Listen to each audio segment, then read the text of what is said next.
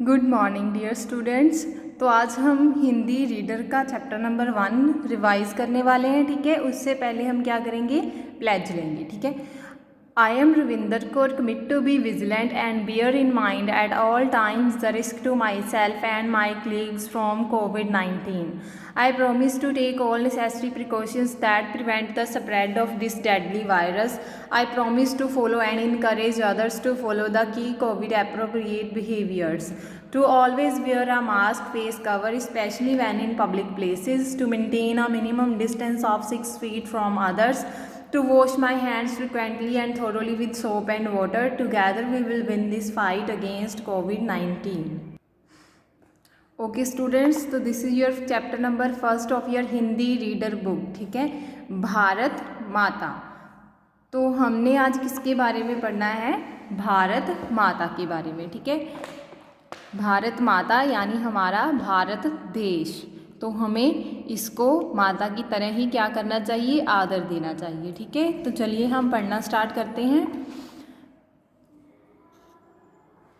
किसने तुम्हें जन्मते ही अपनी गोदी में बिठलाया, किसने तुम्हें हिलाकर आंचल प्यार किया दुलराया। ठीक है, तो इन लाइंस में कवि क्या कह रहा है कि किसने तुम्हें जन्मते ही, वो क्या कर रहा है, क्वेश्चन कर रहा है कि जब तुम पैदा हुए तो तुम्हें सबसे पहले तो किसकी गोद प्राप्त हुई थी। ठीक है, किसने तुम्हें हिलाकर आंचल प्यार किया था, किसने लाड और दुलार किया था तुम्हें। ठीक है, तो किसने तुम्हें जन्मते ही अपनी गोदी में बिठलाया, किसने तुम्हें हिलाकर आंचल प्यार किया दुलराया, किसने तुम्हें लाड और दुलार दिया। ठीक है, तो ये कवि क्वेश्चन पूछ रहा है हमसे। फिर वो कह रहा है किसने तुमको अन्न और जल दे बलवान बनाया। अन्न का अर्थ होता है अनाज, ठीक है, जल का अर्थ होता है पानी, बलवान का अर्थ होता है ताकतवर।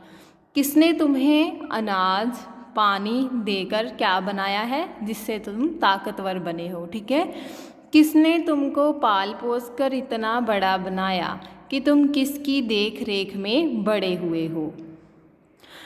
कवि कह रहा है किसने तुम्हारी देख रेख की है, किसने तुम्हें कहाँ से अनाज और पानी मिला जिससे तुम क्या बने, बलवान। ठीक है, इतना बड़ा बनाया, माता पिता से बढ़कर किससे जुड़ा तुम्हारा नाता। नाता क्या होता है, रिश्ता। ठीक है, तो कवि कह रहा है कि इन लाइंस में क्या कह रहा है कि जिससे हमारा रिश्ता जो है वो माता पिता जैसा ही है। क्योंकि अब देखो, माता पिता भी तो हमारी देख रेख करते हैं, है ना, हमें क्या क्या प्रोवाइड करते हैं खाने के लिए, अनाज जल। ठीक है, वो वैसे ही हमारी देख रेख करते हैं। इसीलिए कवि किसके साथ कंपेयर कर रहा है कि इसका नाता भी माता पिता जैसा ही है। ठीक है, प्यारे बच्चों उसे ना भूलो, वह है भारत माता। तो लास्ट में वो आंसर दे रहा है, क्या कह रहा है कि इतने सारे क्वेश्चन जो मैंने अभी कहा है कि किसने तुम्हें पैदा किया। ठीक है, जब तुम पैदा हुए तो सबसे पहले तुम्हें किसकी गोद मिली। ठीक है, तुम्हारी देख रेख किसने की, तुम्हें अनाज जल किसने प्रोवाइड किया। ठीक है, और जिससे तुम्हारा नाता जो अपने माता पिता जैसा ही है। तो प्यारे बच्चों वो कौन है, वो है हमारा भारत देश, हमारी भारत माता। तो हमें उसे कभी भी भूलना नहीं चाहिए। ठीक है,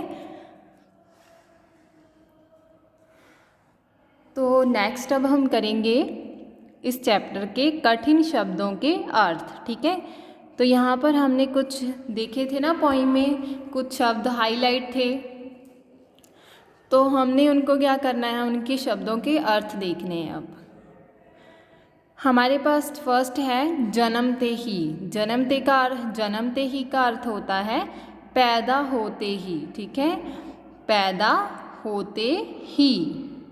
प को बड़ी ए की मात्रा, द को आ, पैदा, ह को छोटे ए की मात्रा। ठीक है, ह को छोटे ओ की मात्रा, त को छोटी ए की मात्रा, होते ही, पैदा होते ही। जल का अर्थ होता है पानी, प को आ, न को बड़ी ई की मात्रा, पानी। पाल पोस कर, आगे शब्द है हमारे पास पाल पोस कर, ठीक है। उसका अर्थ क्या होता है? देख रेख कर, ठीक है, देख रेख करना, देख रेख कर। उसके बाद है अन्न, अन्न क्या होता है?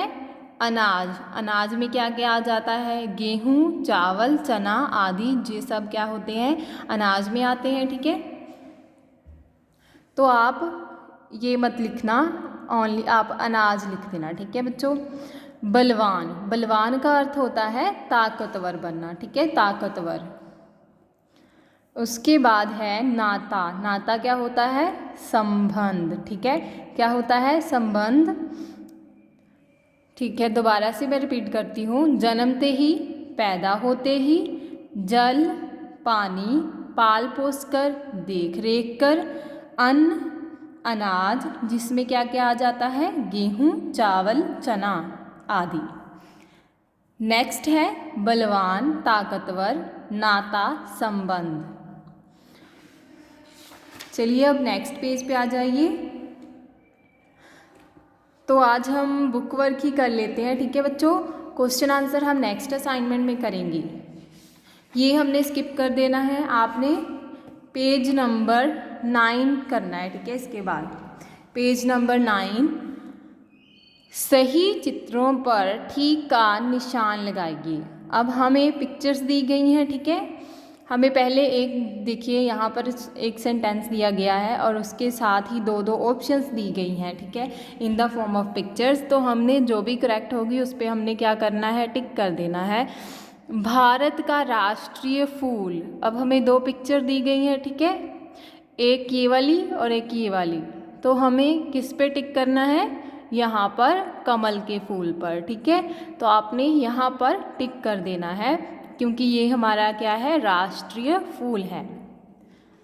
तो नेक्स्ट है भारत का राष्ट्रीय पक्षी कौन सा है? यहाँ पर हमें किसकी दो पिक्चर्स दी गई हैं, ठीक है। तो हमने किस पे टिक कर देना है? मोर पर, ठीक है। किस पे टिक करोगे आप? मोर की पिक्चर पर, यहाँ पर आपने टिक कर देना।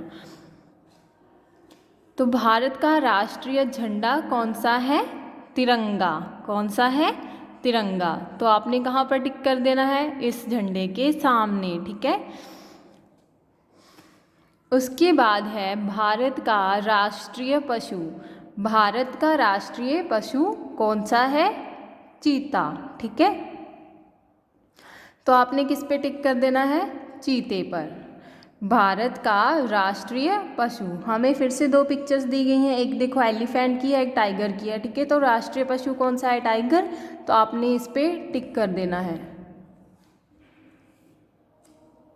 ओके, चलो मैं दोबारा से रिपीट कर देती हूँ एक बार। भारत का राष्ट्रीय फूल कमल, और भारत का राष्ट्रीय पक्षी मोर, भारत का राष्ट्रीय झंडा तिरंगा, भारत का राष्ट्रीय पशु टाइगर, चीता, ठीक है। तो आपने यहाँ पर टिक कर देना है। ओके बेटा, तो आपने ये वाले रिवाइज करने हैं दोनों, ठीक है, कठिन शब्दों के अर्थ और साथ में ये वाला बुक वर्क पेज नंबर जो 9 पर दिया हुआ है, ठीक है। ओके बेटा, थैंक यू।